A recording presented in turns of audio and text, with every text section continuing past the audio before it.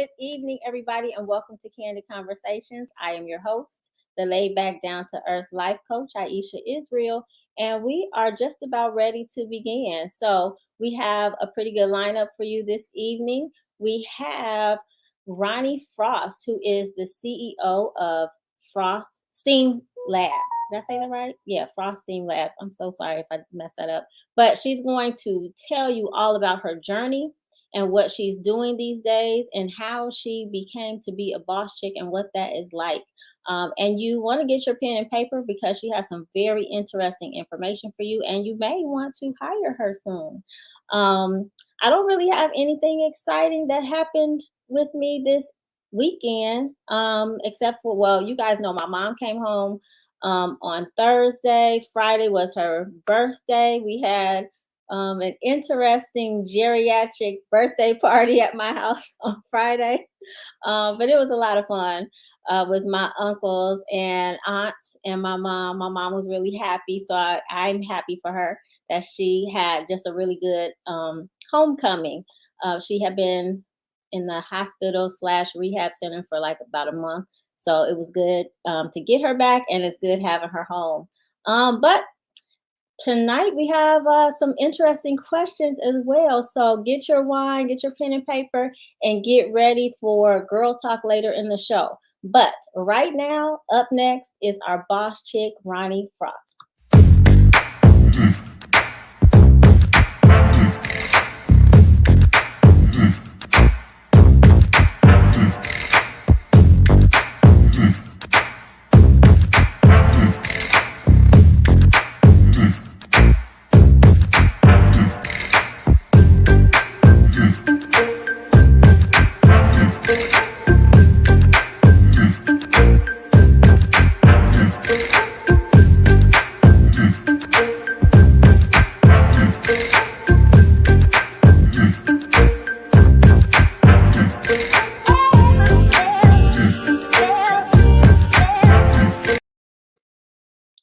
Hi there.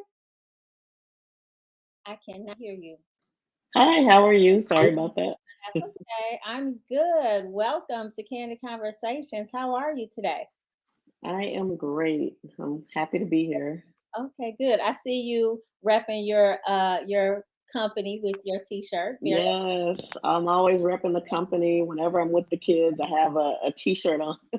all right, very good. So I would when I introduced you, it's like I've been seeing your company for at least a week. And so I don't know why I got tripped up in the intro because Steam is all caps and that just stood out in my mind. I'm like, oh, did I say it wrong? So glad to know I said Frost Steam Labs. All right. And you are the founder and CEO. So how I normally do my boss chick interviews is I give my boss chick a little bit of time, like maybe a couple of minutes, just for you to introduce yourself and your company, and just kind of explain what you do. And then I have questions for you after that. Okay, great. So in short, I teach kids how to code. That's predominantly what I do with my business.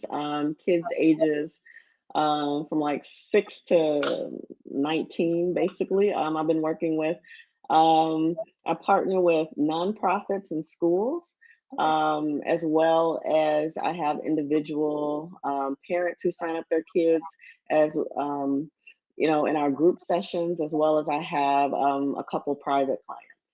Okay. And yeah, so I teach the younger kids how to code using Scratch block style coding. And for the older kids, they write real code. Primarily, it's been HTML, JavaScript. And we're going to move into a very popular programming language called Python in the next couple of months. But yeah, I launched a company primarily to work with like underrepresented communities. I've been in tech for nearly 20 years. There's not a lot of people I work with that look like me. I've never worked with a Black female software engineer before. So my goal was to, diversify the STEAM industries as well as to, um, you know, let kids get excited or give kids another reason to be excited about what they learned in school. We create games primarily, and we can integrate subjects such as science, social studies. With science, physical science, the kids learn about velocity, gravity, even the younger kids. So the young kids and the older kids are creating pretty much the same games. We're just using different techniques. So they all get to learn about gravity. They get to kind of create the game as we go along, and they always have such wonderful, amazing ideas, and it's so exciting to see their minds, work, and to see them demo their work to their class, to the class, and to their teachers as well, to their parents. And it's exciting to see them like take pride in what they do, and also it's exciting to get kids even more interested in learning the various subjects. I've worked in gaming for 6 years, so it's exciting that kids always want to hear about that. They've heard of the games that I've worked with and have credits for, like Call of Duty. Um, it's so funny because most of them are elementary age. I'm You're sorry. I said, "Wait a minute, Call of Duty." Now I've seen that on the shelf. So you have worked on that? Yeah, I've done stuff with the Call of Duty studios. I did some Wow. programming around the companion app so that the in-game data can display in our companion app. So I worked directly with, we had three different studios that produced the game, like a different studio each year. They rotate.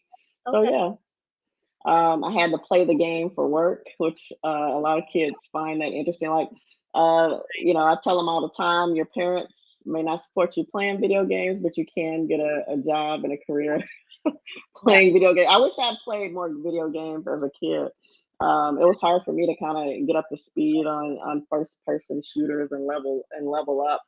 Um, but yeah, kids find it exciting, and I try to, let them. I try to emphasize that the importance of doing well in their um, what they're doing in school now. Like a lot of times they don't see the use of it, but we Yeah. incorporate it. They learn about like how to move their character along the XY axis and different things. So it helps reiterate what they're learning in school. Yeah. Now that's pretty cool. I'm sure you're pretty popular because that's what kids want to hear, right? They can make a career out of gaming because I have a son that he spends a lot of time on the video games. What was I going to ask you? So you were saying that you start with kids ages 6 and go to 19. So what age range would you say you spend most of your time with? I would say it's been mostly elementary school students. Um, a lot of high schools are now offering computer science curriculum in the schools, Okay. and some of them now are requiring a computer science class for you to graduate, for the students to graduate high school. So, and this has been recent. I thought about doing this program for a while, so I've been seeing that recently. But I think it's really great to get kids, into coding at a younger age and into, learning how games are built. Because it can be intimidating. I think a lot of times my math and science subjects can be intimidating. So getting the kids excited about those subjects at a younger age, I think, is really important. Okay. So I heard you mention software engineer. So is that technically your title? Like, does that describe what you do, or is that what your degree is in? Right. I have a computer information systems degree, but software engineer, that's what I've done my entire career. So basically coding. Okay. So now you're talking to somebody who I'm computer literate, but I'm not computer savvy. Let's say that. So when you say coding, that is the same thing as software engineering? Or is that are those synonymous terms? Yes. Okay.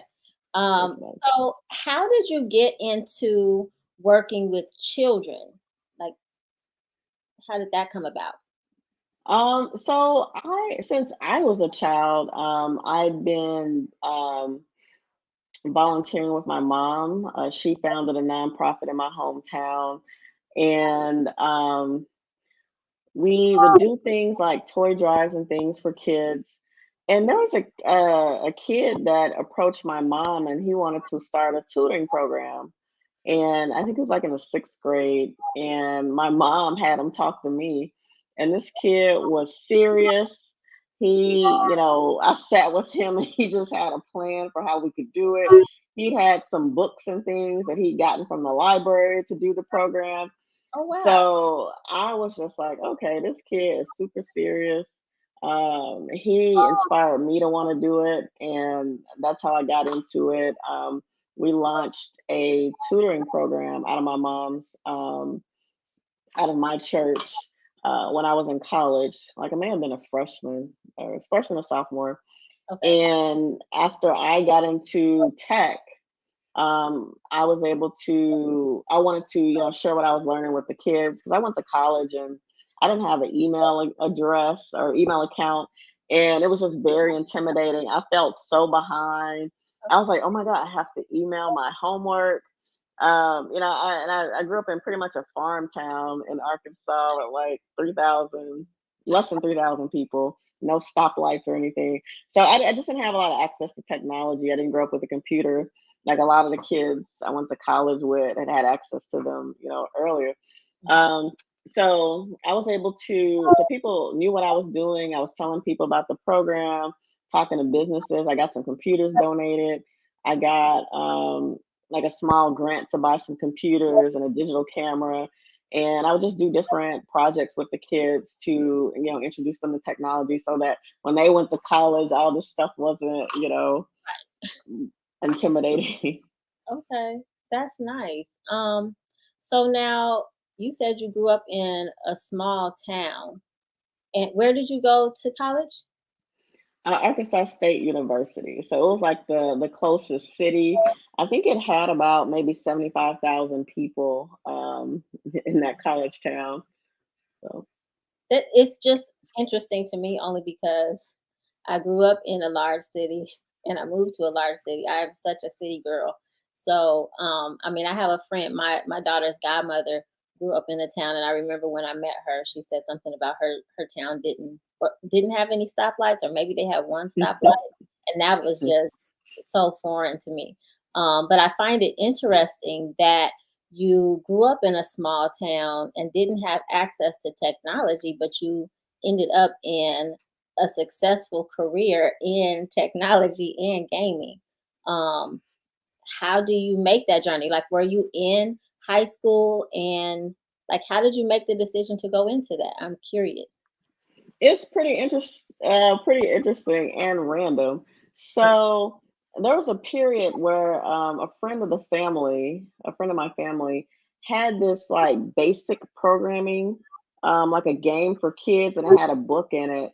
And I was like 12, and I played with it. I made a little program that played music, Okay. um, and I learned about variables and looping and some basic computer science concepts, and totally forgot about it. Didn't know or think about I could create a career out of it. And this wasn't a computer; it was just like some little simple device. It was like a big calculator with like a small little screen that you can code with. And I remember I went to college with my mom. She took some classes at a community college, Okay. and they had this program, this Excel similar program. And I learned about using different operators and writing formulas Okay. in a way that was very similar to programming. So I had those two experiences when I was 12 and younger. And I got to college, and and I worked at McDonald's all this time, and stores, and I was wanting a nicer job. I couldn't get a job that wasn't fast food. Fast food is okay, but I was wanting to do something different. I'd done it for years. And like the summer of my junior year of college, I saw this job for updating department websites for the College of Business. I was an accounting major. I like numbers. Okay. So I applied. I kept seeing the job posting. I was like, I don't know anything about updating websites, but it sounds interesting. It was a lot of hours for the summer. Um, and I would get students, like high school students, that I would get to help me. So I was like, oh, this seems like a cool job of responsibilities, and I'm in an office, you know. Okay. Um, so I ended up applying, and my statistics professor was over the website, and he was also an engineer. Um, and I applied for the job, and I told him I don't have an experience, and he was like, "Oh, I'll train you." You know, I had a really good grade in statistics, Mhm. and he was just really, excited that somebody applied.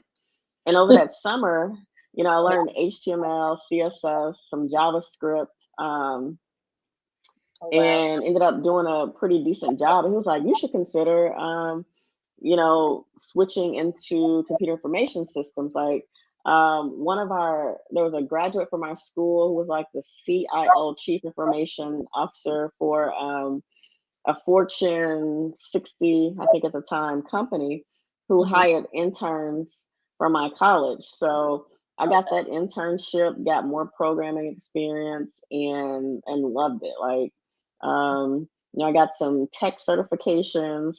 And it's just something that, like, I have attention issues. I'm sitting here trying not to fidget, but it's something that I can just really focus on. It grabs my attention. I love having a problem and figuring out how to solve that problem. Okay. And I love, mentoring others and teaching others. So, um, through the different jobs I got the opportunity to, do volunteer activities, with kids. Mhm. And I've gotten to volunteer with Black Girls Code and Girls Who Code over the years. And this is my passion.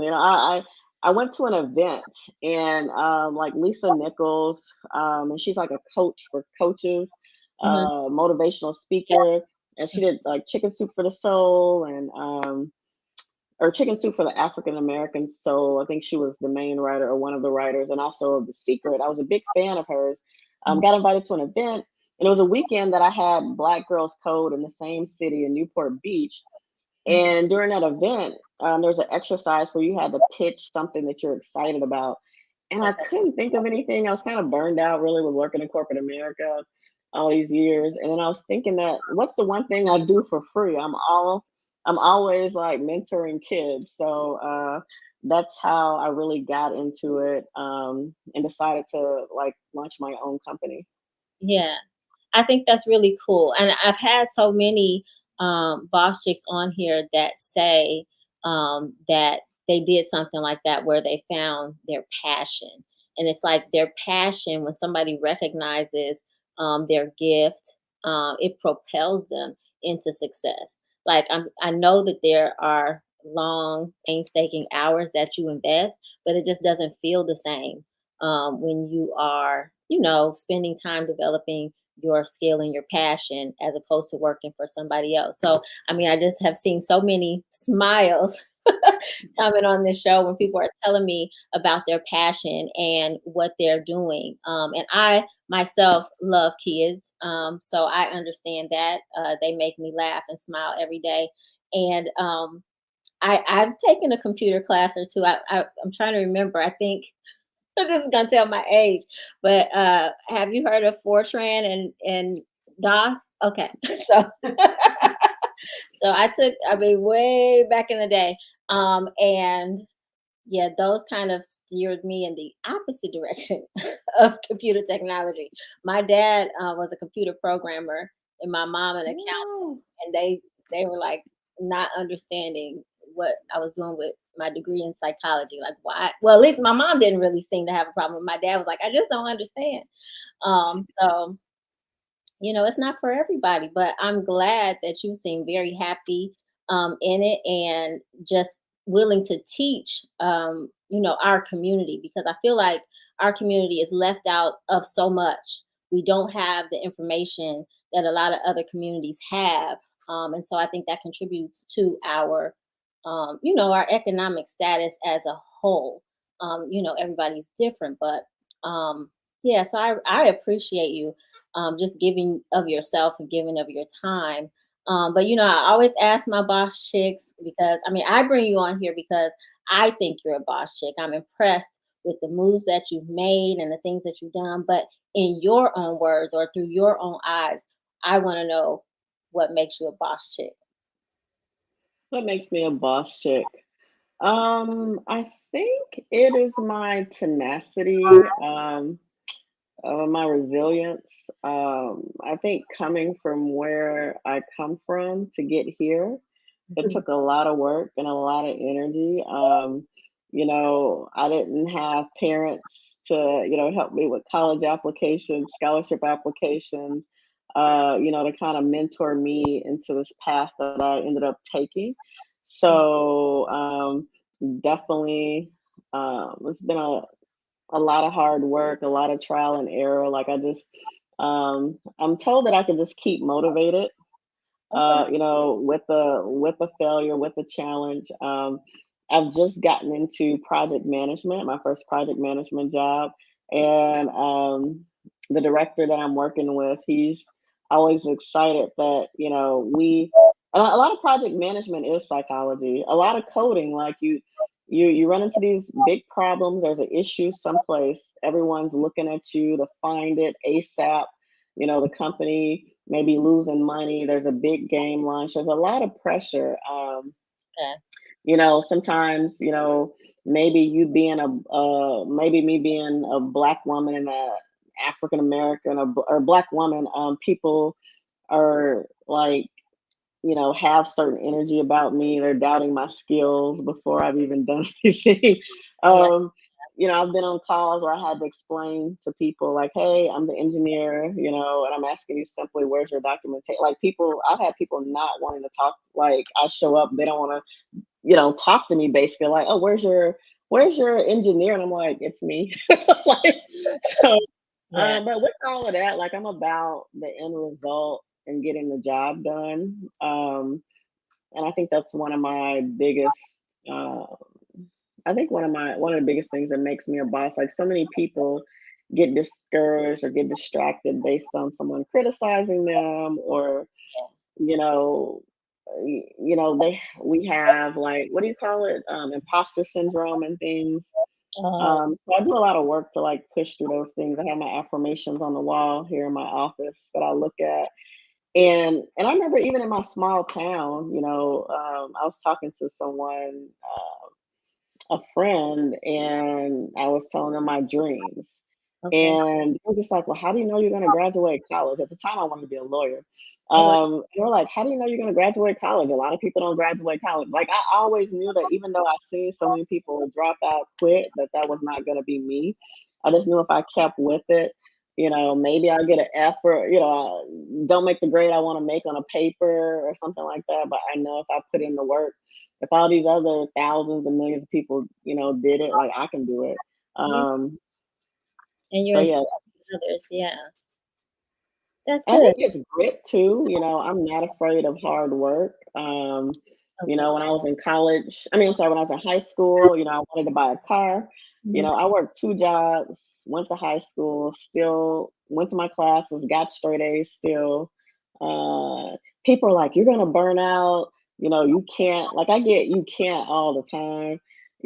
I'm flying across the country doing different things now, also still working my full-time job at the moment, and people are like, you're gonna burn out, you can't do this, why don't you sit down? But it's like, I feel like, big things aren't accomplished easily, and you have to be willing to be uncomfortable at least for a small amount of time. But also too, I've learned to absolutely put self-care, Mhm. prioritize self-care. But Yeah. Agreed. So, our segment is coming to a close, but I know that you do private contracts as well. So I know you're working with Black Girls Code, or you were working with Black Girls Code. But how can a school get in touch with you, or even just a private company get in touch with you if they want to hire you to teach the classes that you teach for coding? a lot of people reach out to me via my website, froststeamlabs.org or fslabs.org. You can email me directly, LaRhonda, LaRhonda, at fslabs.org. F is in Frank, and then labs.org. Okay. Sounds good. Well, I want to thank you for coming on and allowing me to interview you. I think it's just so interesting. I like being able to hear about just the different careers and different choices that we've made and just how vast we are as women. I think Black women are dope. So anytime I get a chance to bring on a boss chick to tell us something that we might not be familiar with, at least the details of it, I'm just really excited. So I thank you for coming on and sharing your story. I know your story is so deep and so vast, and 15 minutes is not a lot of time to tell it all. Um, but I'm hoping that you can still make contracts or whatever, from this interview, and if you have any updates, come back and tell us about those. But before we move into the next segment, I would like to invite you to stay for Girl Talk. So, Girl Talk is where me and the other ladies, we answer relationship questions, scenarios, personal truths. It's called Candid Conversation. So, you have to be ready. We don't always know what the questions are going to be, but it's fun. Um, yeah. So, would you like to stay? Sure. All right. So up next, we're going to do our spotlight. And then when we come back from that, it will be time for Girl Talk. So sit tight, everybody. And here we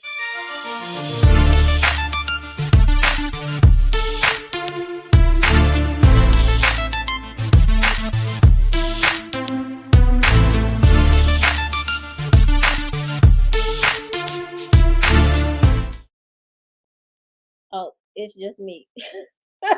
So I have a really funny story. So Vanessa, our seasoned educator, our favorite teacher who always comes to give us the spotlight on education, she called off. I feel like this is a job. But anyway, so she called off today, and I told her I was going to tell everybody why she called off because I'm jealous. So last night she was hanging out with DJ Quick and shaking that monkey with Too Short. I'm not gonna show the pictures, but they are funny. So if you are a friend of hers, go to her Facebook page and you can see it all. But anyway, okay, so that was just a funny story I had to tell.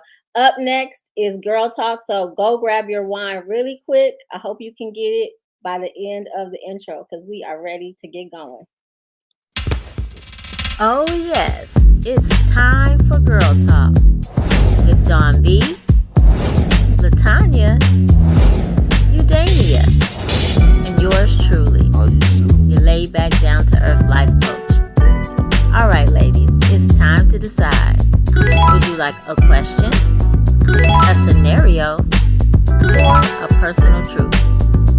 Think about it, but whatever you choose, just don't forget the wine. All right, now, it's time to get this conversation started. Hi, ladies. How are you? Hi. It's good to hear everybody. All right. I want to introduce the panel. So we had our boss chick, Ronnie Frost. So Ronnie, this is Latanya. Next, Hi. and Well, next to you is Dawn B. Hey hi there, there. Dawn B. You ready? Yeah, you've been ready. All right. So, for those of you who are just tuning in for the first time, or if it's been a while, let me tell you really quickly how this works. I hear a sound. Okay. So, every lady on the panel has an opportunity to choose a question, a scenario, or a personal truth. And when it is their turn, they have uninterrupted time to respond. And then once they're done with their complete answer, then the rest of us chime in with our 2 cents or 5 cents or whatever that may be. All right, so I always start with the lady who is next to me on the screen. So, Latanya, you are up first. Would you like a question, a scenario, or a personal truth? I'm going to start with a scenario today. I'm gonna start with a scenario. Okay. Yes. All right, here we go. Oh, this is one that I saw it on social media. So I pulled this off. Nobody's scared of this. All right, so it says Kevin and Sarah are in a relationship. Kevin has been living in Sarah's house for the past 3 years and has been paying all the bills, including the mortgage. Sarah had been in her home 10 years before Kevin moved in. Sarah now wants to sell her home and downsize to an apartment because her children have moved out. Does Sarah owe Kevin any money from the sale of the home? That's perfect for you, Latanya. That sounds like a real estate question. If what's his name, Kevin? Mm-hmm. If Kevin was renting an apartment at someone else's place that he did not own, and that person decided to sell the building, do they owe Kevin anything? Right. Absolutely not. So unless they have an agreement or if they're married, then No. I would say no. And it's just that's something that they should have said. Kevin is a renter. Basically, he's staying there. She's had that home for 10 years before he moved in. Unless they have some type of agreement or, they have that understanding, then no, Kevin would be paying rent elsewhere. If they sold the property, then the landlord won't give Kevin a dime. Yeah. And the new owner will go up on the rent. So Kevin better sit down and chill out. Yeah, but I think he probably had in the back of his mind, like, he's taking care of this woman and her kid. So, yeah, I mean, legally he has no right to that, but he's probably mad. He's probably mad about it. So here's the thing. Sarah was taking care of her kids in that house for 10 years before Kevin decided to come along. Kevin knows the rules. You don't lay up with a woman or you are not allowed to be in her house without contributing to something. On the contrary, if she did earn something from the sale and they have that type of agreement, then if she did decide to give him something, then give it to him. But I don't think she has an obligation. Dawn, it feels like you have something to say. Well, I want to hear what. That just sounds like one of those terrible math equations. Like Kevin got on the train at 3:00. He paid $3,000 on the 10th. What did he get on the 30th? Nothing. He gets to move to the next apartment and continue to pay the bills. That's it. Right.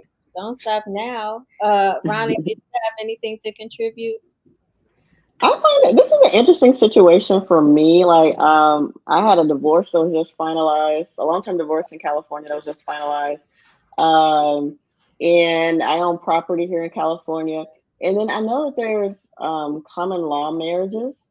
And I know how with the divorce, with the property, right? So even if I own a house, like the amount, if I own a house, I'm married, the amount the house appreciates for the time my partner and I live together. If I sold the house, I would owe them half of those funds. So I don't know what state Kevin is in terms of common law marriage, but technically I would say, like, if they were together in the home as a couple, I would say that he would probably deserve some of those funds. I mean, he's going with her.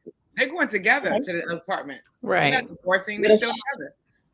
But still, they're still together. But if she, selling money on those funds for the time they were in the house, I think the fair thing to do if he was, providing that support would be to give him something, especially if they've been together for years.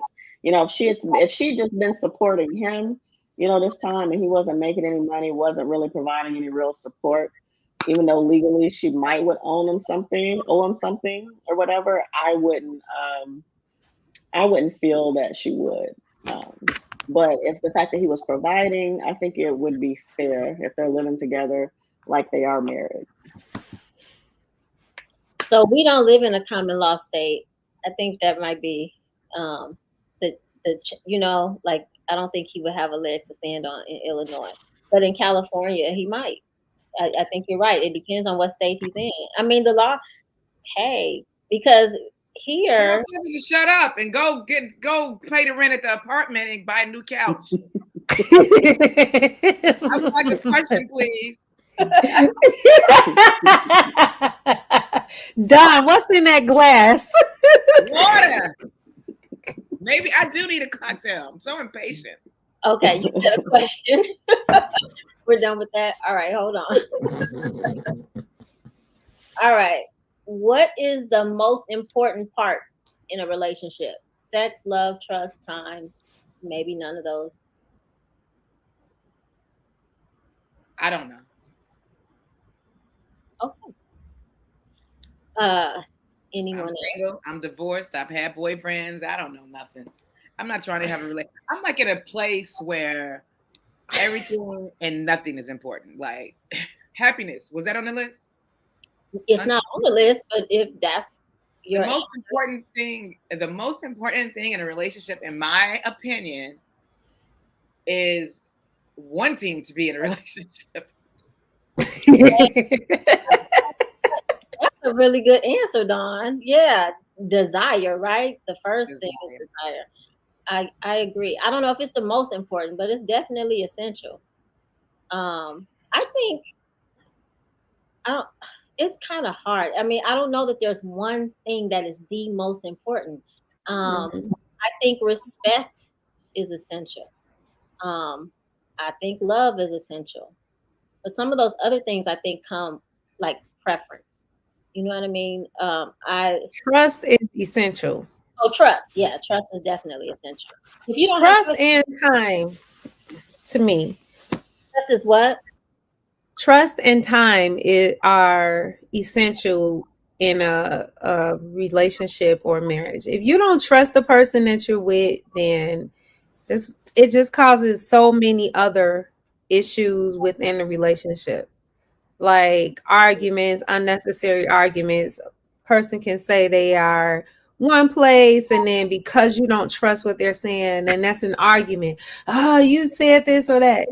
Time is definitely important. When you're not spending time with your significant other, then that leaves everything open for you to roam, them to roam. It's like time is important in a relationship as well.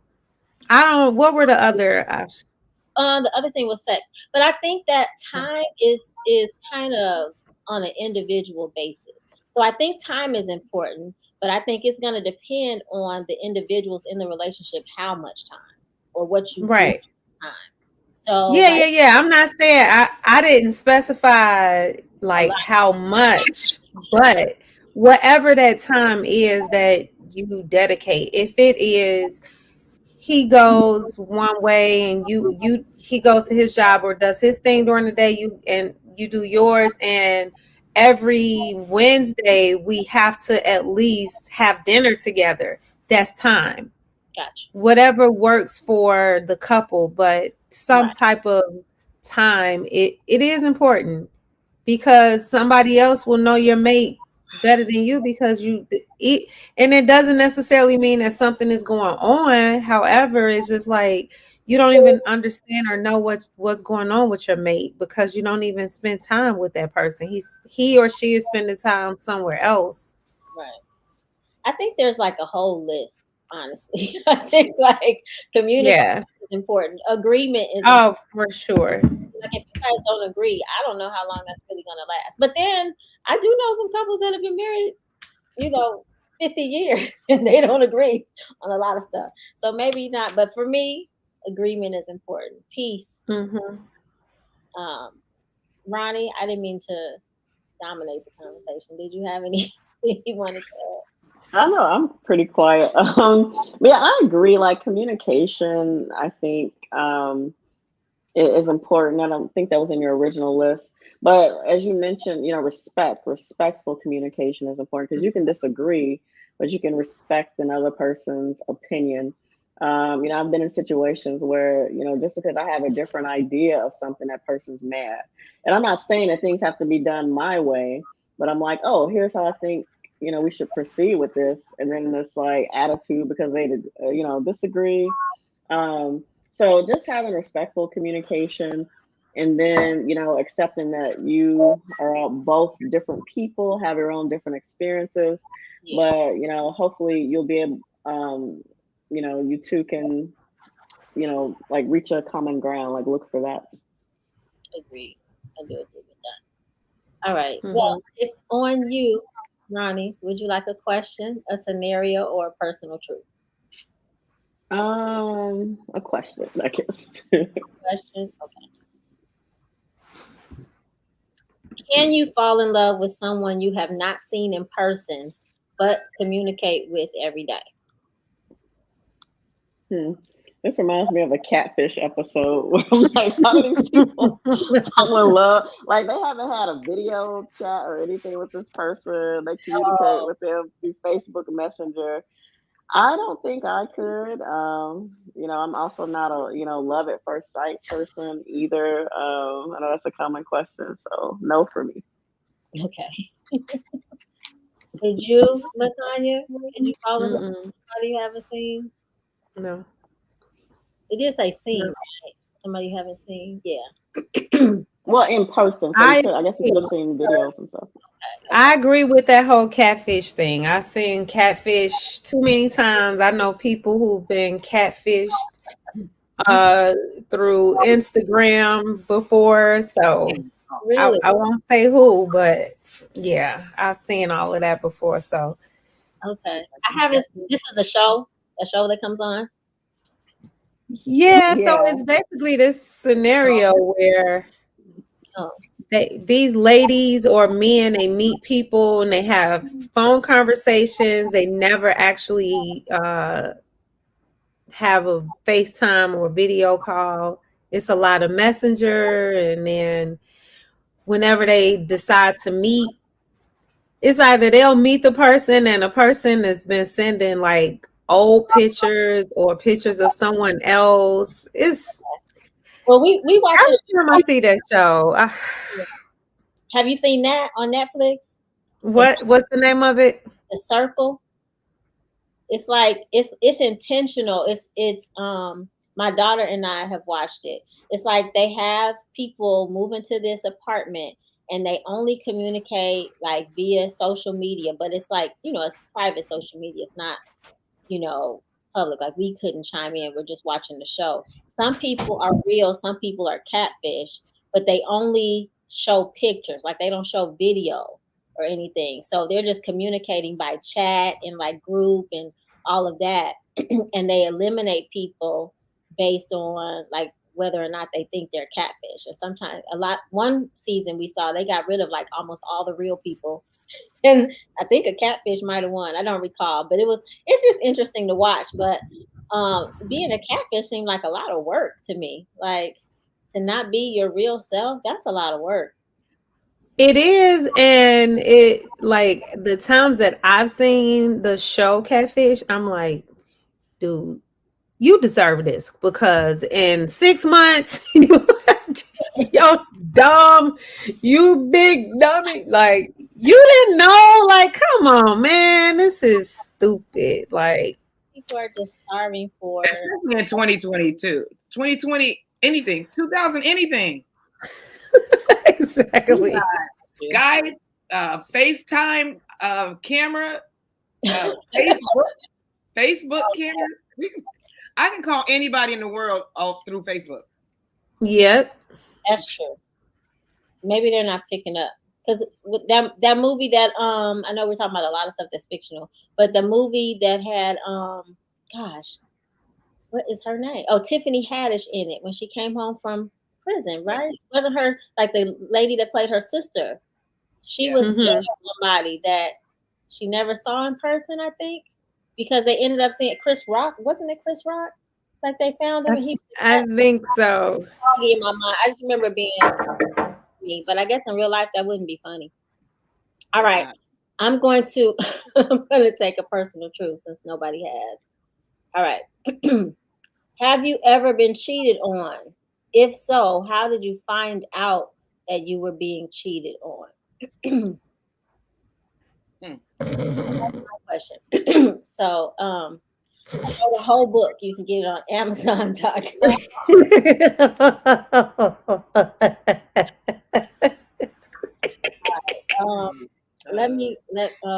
So that's true. You can go to Amazon.com and type in Aisha Israel book and it'll pop up. But okay, let me think. So many times I've been cheated on. So which time would I like to target right now. Damn. The first time I remember, I had absolutely no idea that it was going on. I think I found out because my boyfriend at the time told me he was somewhere. I believed him because we hadn't had any problems in our relationship. And somebody else I knew told me that they saw him, but it was a nonchalant type of conversation. They were like, "Oh, I saw such and such, like at Taco Bell," and I'm like, "Oh, okay, the Taco Bell, in this city." And they're like, "No, right down the street." And I was like, "Wait a minute," and I'm thinking, "Okay, he told me he was over here." So it was the fact that he lied, and now I'm like, "Okay, investigations begin." You know what I mean? And so it just led to me finding out that I was being cheated on. Hmm. That's how I found out, accidentally. But I was young. In my lifetime, definitely I have. I don't want to share the stories. Mm-hmm. Well, I would say that I was a private eye back in the day, and I found out a lot of things. And Okay. all my friends will tell you, Tanya, that girl, I'm talking about, I will break your voicemail code. I will have all your calls come into my phone and your phone will still be on. I will forward messages to your baby mama from this part. Like, I did it all. So No, you 10 years ago. this was, I was a tenderoni back then. I was young. around Ronnie. Wow. I don't have the energy for it at this point. What you say? I said you could start your own private eye company. You It's got too much energy. It's not worth it. I used to break. If you wanted your spout, your boyfriend, girlfriend, baby daddy codes broken, just call me.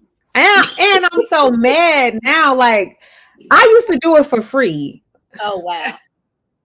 Yeah, no, that's definitely a profitable skill. Exactly. Like, now when I think about it, like, dang, you know how much money I could make from that? Didn't make a dime.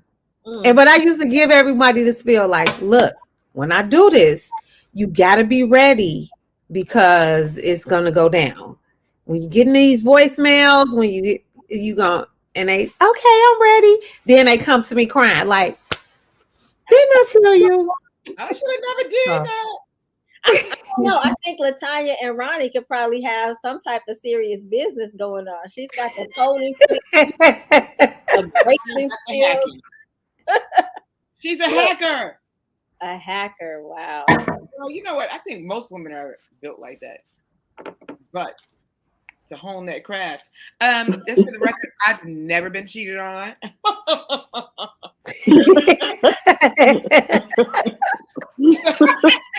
Which means I didn't even investigate. No.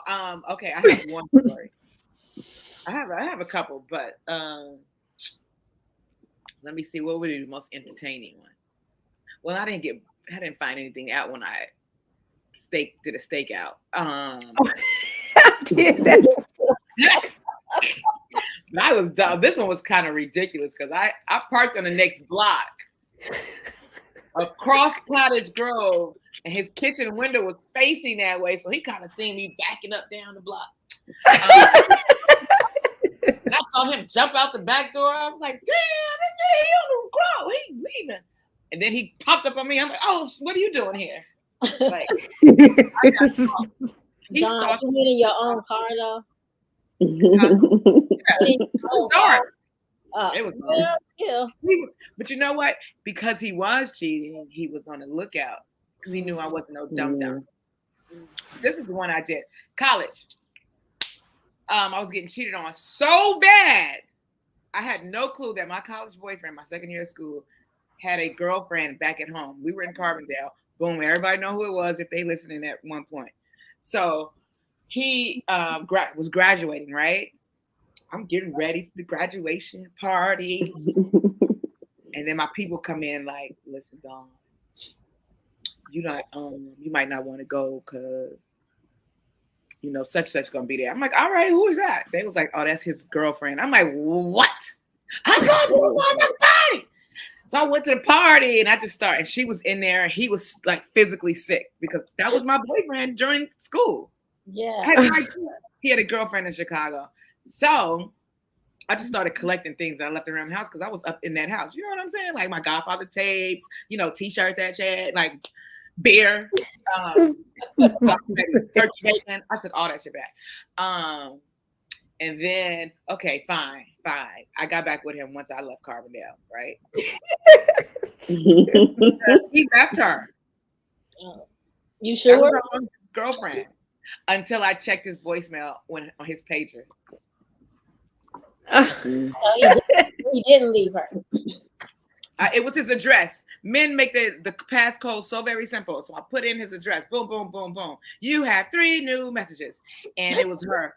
One of them was her like, bring my car back. You out there all of you still got my car. I was like, what? This dude be having my car too. Picking me up. I was working at the mall. Oh my God. So wow. I was dumb and I got cheated on for a long ass time. I'm sorry to hear that.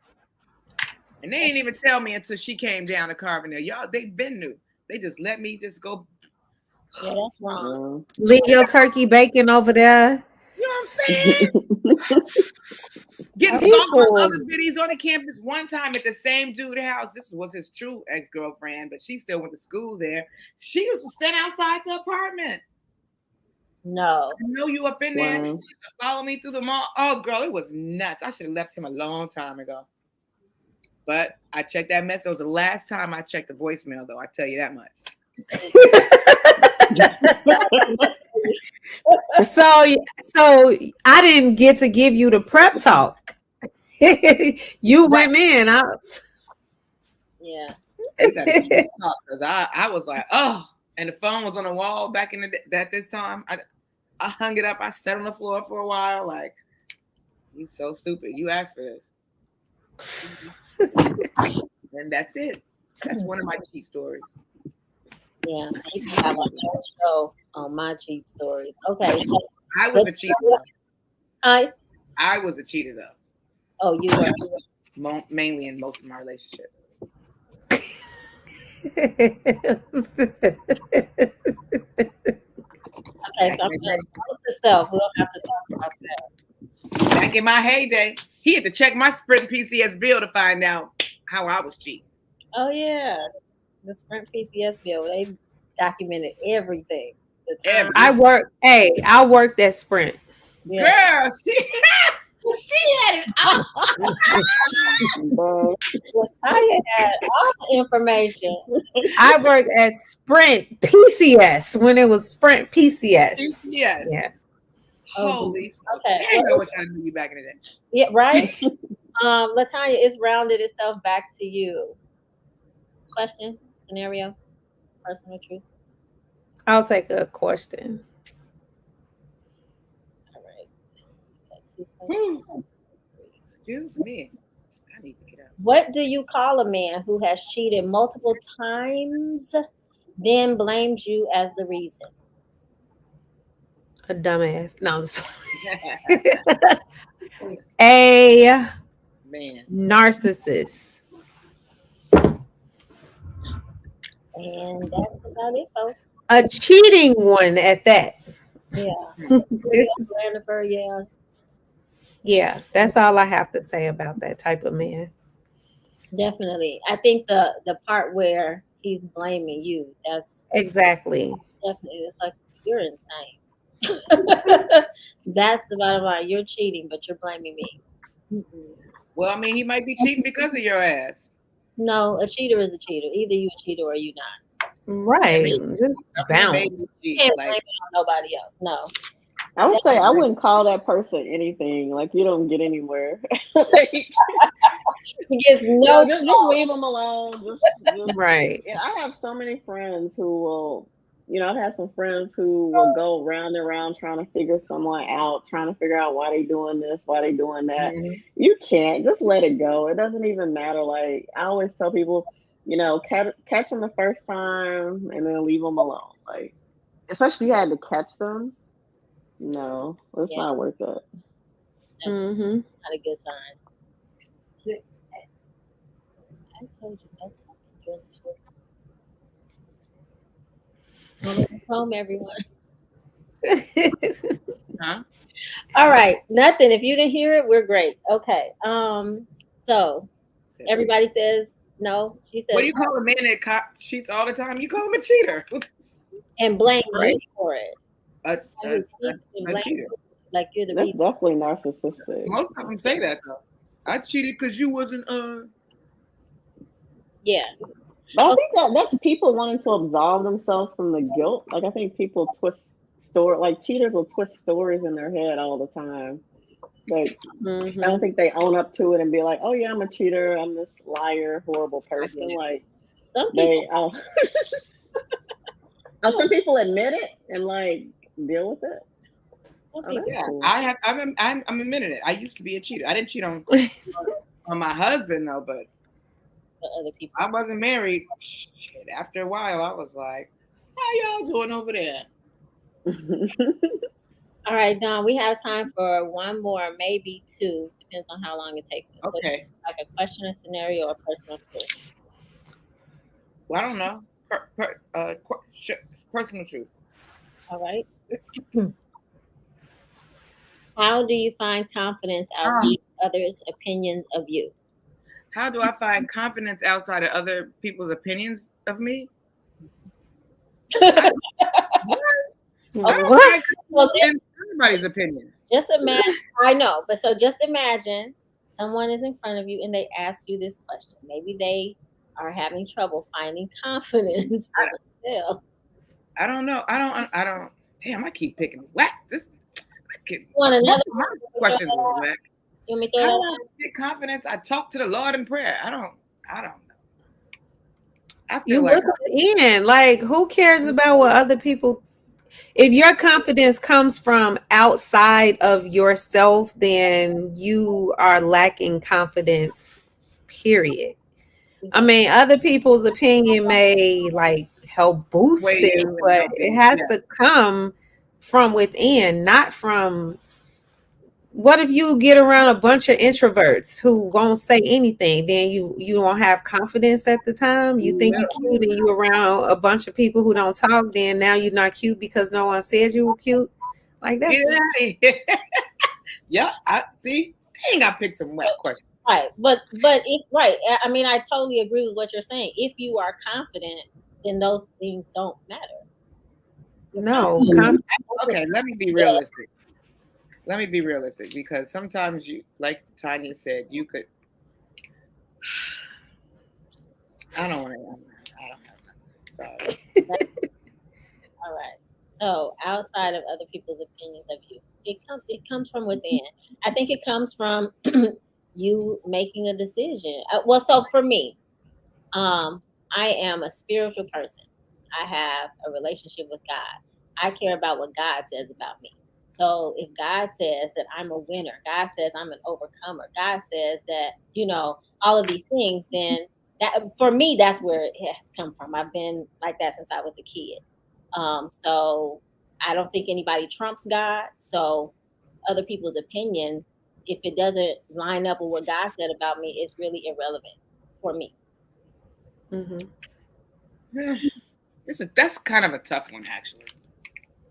But because people will persuade you, or you could hear 100 positive comments and 2 negative ones, and you focus on the negative, knowing you are the bomb.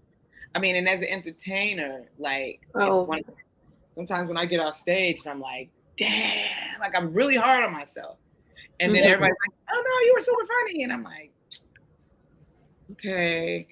But then I have to go back into myself and realize, come on, Dawn, like, you gonna quit? Like, so it's kind of tricky. So some people, I can see it from your perspective, Don. Yeah. I think that it can influence it, but yeah, but it doesn't necessarily have to. Like, yeah, sometimes I'll be on suicide watch for about 3 hours and like check on me in the morning because I'm sad as hell. Those bombs have. I can so from a perspective of being like an entertainer or even me as a creator, I can see your craft where you may lose confidence in your craft based on other people's opinions, because other people's opinion, I'm making my craft, Don is entertaining other people. And so what they have to say does matter, because you're putting this out there not for you, but for them.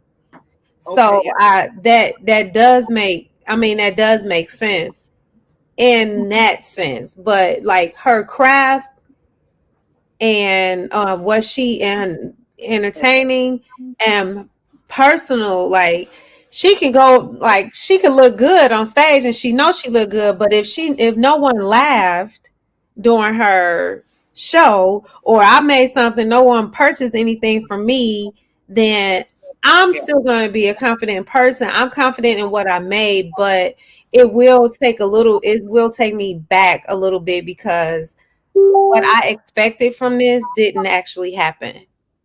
I think it's safe to say that you can have confidence in different areas. So, right? So you're saying for your craft. So I think I would say Ronnie is confident in her ability to code. You're confident in your ability to create. Dawn is confident in her ability to make people laugh.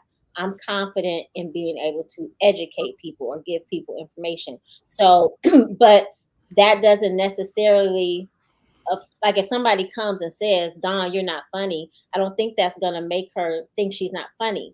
You know what I mean? Or have a question. Like, yeah, but if she's on stage and she wrote all this stuff, like, oh, they're gonna be cracking up, and everybody's like, huh? But okay, so Dawn, let me ask you this question, because or they go on stage and smack her. No.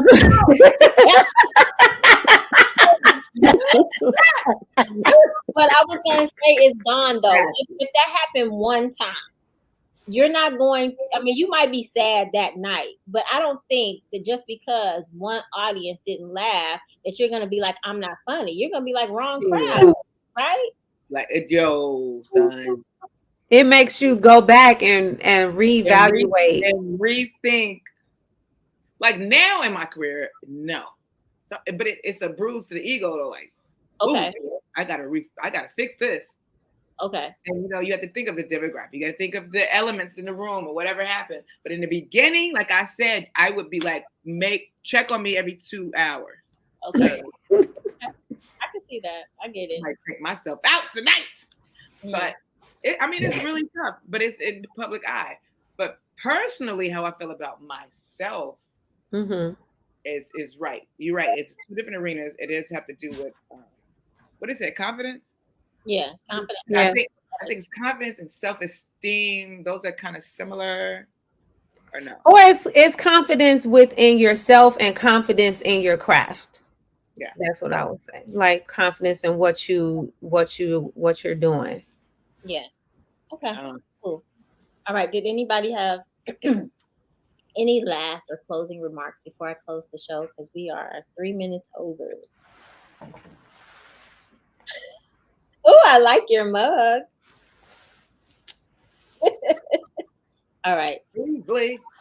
So we're good. All right. Yeah. I'm getting ready to close. Thank you for tuning in to Candid Conversations this week. Appreciate you stopping by. Ronnie Frost with Frost Steam Lab. Don't forget to check her out. I hope that Vanessa is getting some rest. And thank you to the ever so popular Girl Talk panel, LaTanya, Dawn, and myself. Don't forget to subscribe to my YouTube channel. And next week, we will have Boss Chick Fatima Turner and Taryn T Money Honey will be back with the spotlight on money. This is your host, reminding you to know and embrace true love because you're worth it. Have a blessed week and good night.